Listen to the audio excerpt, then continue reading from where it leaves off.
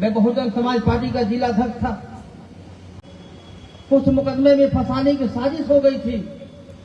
जब नेताजी को पता चला, पूरे इटावा के सारे 5 विधानसभा में घूम कहा कि मेरे सम्मान की बात आ गई है, माननीय कांसी राम जी को देश के पार्लियामेंट में जाना जरूरी है। राजेश भाई बोल रहे थे, यादव साहब का नाम ले रहे थे, जहां पर लोगों ने बड़ी मजबूती के साथ वोट पोल कराया और हिंदुस्तान के पार्लियामेंट में पहली बार मानव Kansi Ram ji member of parliament बन गए। मैं आभारी हूं माननीय नेताजी, आपने बहुजन समाज के मतलब दलित समाज के बड़े नेता को आपने इतना बड़ा सम्मान दे दिया, क्या हमने कभी सोचा होगा?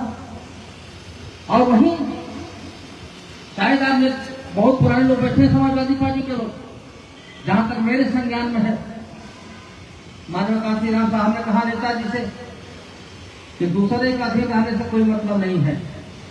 नेताजी बड़े नेता हो आप अपनी अलग पार्टी बनाना चाहिए, आप अलग पार्टी बनाइए, हमारी बहुजन समाज पार्टी आपके साथ खड़ी रहेगी। हम दोनों भाई मिल करके गठबंधन करके भारतीय जनता पार्टी को रोक देंगे। ये कार्य में तय होता है और 4 अक्टूबर 1992 को नेताजी ने समाजवादी पार्टी बनाने का काम किया था और 93 में गठबंधन में ही बनारस से 92 में इसी बेनियाबाद में हमारे नेताजी आए थे, माननीय कांसी राम साहब आए थे। एक लहर चल गया था, जो अयोध्या में राम मंदिर का जो लहर था, वर्तमान लहर से बड़ा लहर था और हम लोगों ने नारा दिया उस समय। आप सब लोग नारा दिया, मिले मुलायम कांसी राम, हवा मोड़ गए जय श्री राम। भारतीय जनता पार्टी के आप लोगों ने 93 में रोक दिया। मेरे साथियों, नेताजी को बहुत नजदीक से हम लोगों ने देखा है। मैं 2004-5 में मैं बहुजन समाज पार्टी का जिला अध्यक्ष था। हमारे जिले के पूर्व मंत्री विक्रमादित्य पांडे थे, समाजवादी पार्टी की बड़े नेता थे, नगर विकास मंत्री रहे हैं। जब उनका निधन हो गया था तो नेताजी मुख्यमंत्री थे आए। मैं चूंकि जिला अध्यक्ष था, हमारे साथ पार्टी के विधायक भी थे। जब हम लोग गए अंदर मिलने के लिए तो हम लोगों के लिए बैठने के लिए अलग व्यवस्था था। नेताजी को बहुत नजदीक से मैंने देखा। जब हम लोग पास में गए, हमारे जिले के एक विधायक थे राय साहब घूराराम जी, ओपी भैया जानते हैं आप, घूराराम विधायक थे। बलिया का डीएम और एसपी उनका सलाह जब्त कर लिया था। कुछ मुकदमे में फंसाने की साजिश हो गई थी। हम दोनों लोग साथ खड़े थे। नेताजी ऐसे आते गए, मिलते गए। मैं जब हम लोग के पास आए, विधायक जी ने कहा कि नेताजी, पहले पूछा कि घोराराम कहाँ रह रहे तुम?